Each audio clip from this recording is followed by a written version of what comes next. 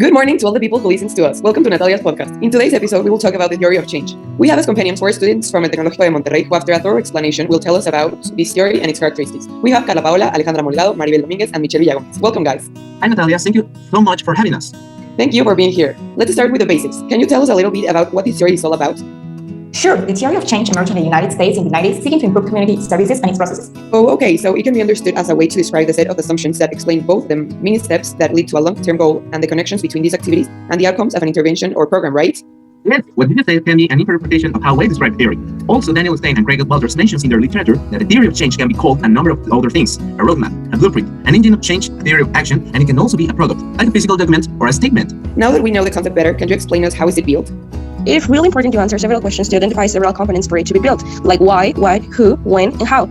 That link each element to a larger intervention may be a useful way to more fully understand the change process. For example, first, there should be a summary statement in which the expected link between the intervention, the change process, and the ultimate goal.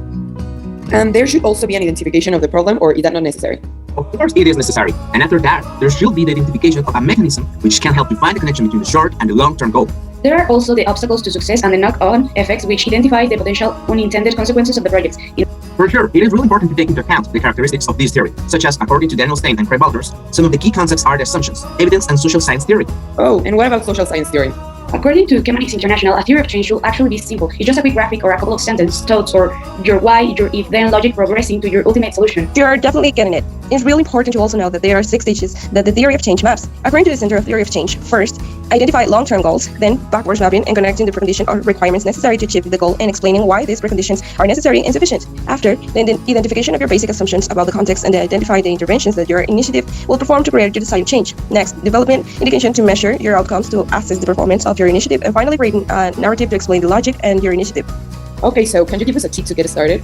Well, according to the Chematics International, you can do a simple exercise using sticky notes. To start with the role, imagine you're chronically late to work. So, start with your cousins, but you don't stop there. Keep going until you get to your root causes. Once you gotten down to your root causes, you can now map out your theory of change. Okay, and I have a question. Is there a tool that can help achieve these objectives? Of course there is. It is called background mapping. It is used when there is a need to give a focus for a project and helps to achieve the objectives step by step in a better way and reduces complications. According to of our consulting, it helps to separate the pieces and be able to understand how they work together. So I'm currently working in a social project. As I understand the theory of change, I think it can be useful for me as it establishes that it is important to question our thoughts. I think it can help me compare perspectives, and at the same time, this process challenges the logic behind the initial hypothesis. Am I right? You are right. Usually, according to Olga of Aurora Consulting, the theory helps a nonprofit better understand what it is trying to achieve. The ultimate goal a nonprofit is trying to achieve is described in its mission and vision statements. These statements will guide all the work that a nonprofit does. Okay, so by using this theory, I want to make an articulation of how and why the intervention I want to make with the project will actually lead to a positive change for the civil association I'm working with. Thus, I would like to use the theory of change in the project. I will have to work on it in order to map out the initiative of the project. To do so, I will map out the initiative through the 6 stages aforementioned, and also draw on some of the concepts and ideas mentioned, linked with the objectives I have in mind. Within this process, I believe it is important to remark on background mapping, since this tool will help to deconstruct the whole initiative, and see each piece separately so that I can understand how all of them work together and which of those pieces need more attention. Am I right? You are totally right, girl, because you're taking into account the most important points we aforementioned.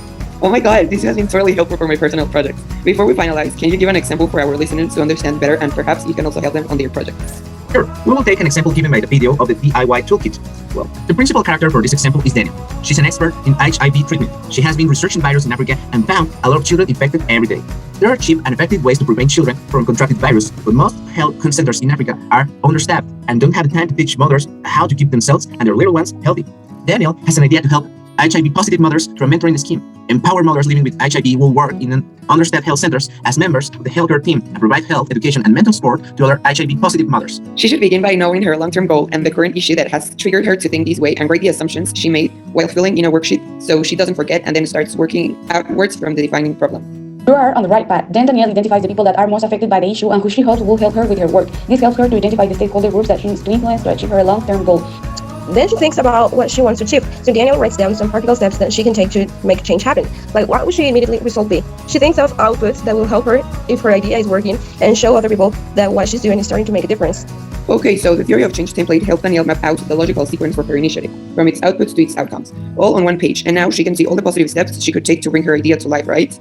Yes, exactly. And finally, she's also aware of all the assumptions that she needs to test along the way. And it can work the same for small projects and for senior executives attending large organizational changes. I think that with this example, the gaps that could have been left are now fulfilled, and our listeners can understand this theory better, as I did. Thank you so much, guys, for being here and taking the time to explain to us this theory of change, which can be really useful for further projects. Thank you also to our listeners, and do not miss our next episode. Have a great day.